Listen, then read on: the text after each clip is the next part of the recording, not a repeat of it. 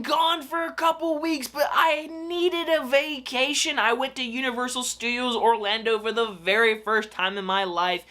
It was amazing. I want to go back like right now, but I had to come back here, get sick, and then I was like, what video can I do? There's no big new movie release until Mortal Kombat, so what am I going to review? And then I saw the other day that 21 years ago on April 14th, American Psycho was released, and I was like, that is the best reason to review this movie finally.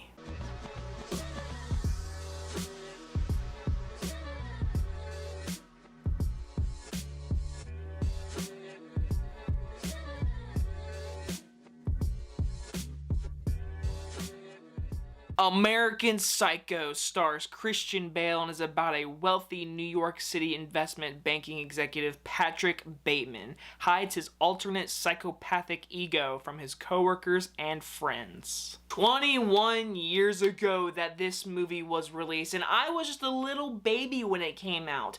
But it was a movie when I got older. I actually watched it for the first time late at night. I think I fell asleep on the living room couch and I woke up and I was like, oh look, it's Christian Bale, it's Batman, I want to watch this movie.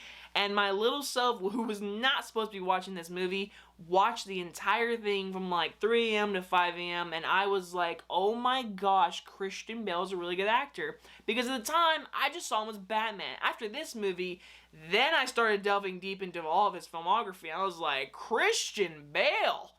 Wow! Now, a bunch of you have probably already seen this movie, and a lot of you probably already love it, but I am going to keep very mild spoilers of this movie, and I'm going to talk about the things that I love of this movie, and that is mostly everything. Guys, American Psycho is truly one of my favorite, probably my favorite dark humor kind of movie. Like, this movie is so funny.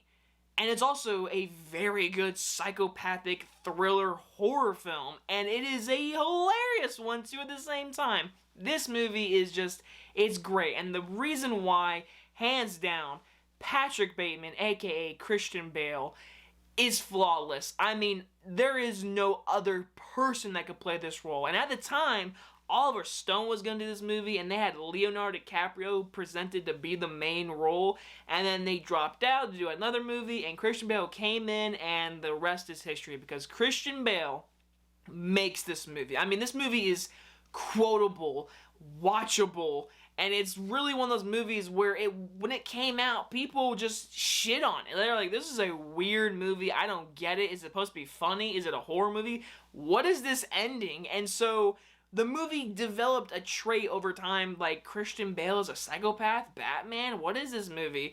And I remember the time frame where a bunch of big time movie reviewers started reviewing this movie, and I was like, I remember watching that movie, and after reviewers reviewed it, I was like, I started delving deep inside this movie, the true meanings behind this movie, and I learned so much information behind the scenes of this great movie, because this movie is truly a movie that you can watch and study. Like, it's a movie that kind of talks about society, because the movie's set in the 1980s, and everyone's just like this businessman asshole in the daytime. Christian Bale's like this stockbroker who is he's a complete dick, but he's kind of funny, and he's very weird, and he narrates about how, like, his workouts and his skin and like how people's cars have watermarks. I mean, there is little details about Patrick Bateman that makes him a little off. And then at nighttime, he's murdering people. Now, a really cool fact about this movie is it's directed by a female director named Mary Herron. I have never seen her do another movie. She has like a few movies on her filmography, but I've never even heard of them, seen them. So really, this is her movie, and that is it. But man, oh man, I mean, wow. The direction in this movie has to be pitch perfect for this movie to work. I mean, like I already said, Christian Bale knocks out of the park. He does everything perfectly. Asshole, douchebag, kind of feel bad for him, to a psychopathic killer. I mean, he's flawlessly amazing. But the direction in the script, that is where it's going to get really tough for this movie, because this movie doesn't pull any punches. It lets the audience say, hey, you're smart. We're gonna let you see these scenes, and these are gonna be very gruesome scenes, and you might laugh at them.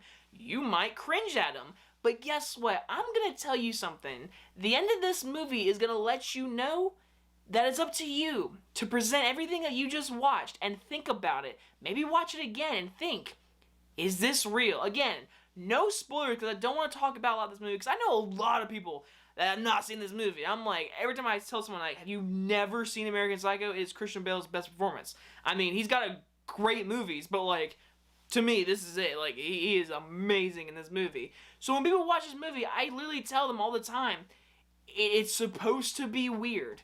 But that's the point. It's supposed to be funny. That's the point. It's supposed to be psychopathically Texas Chainsaw blood spurting. But that's supposed to be like that. I mean, I love when people finally get to watch this movie. And I really don't know a lot of people that watch the movie and hate it. A lot of people really tell me all the time they appreciate the movie not telling you you're dumb and this is this and this. People really like that this movie is presented in a way where you can really decide what is real, what is not, and why in the world does Patrick Bateman know so much about music and then he murders someone with an axe with a raincoat on. It's great. I love it. The band itself. Hey, Paul! Ah!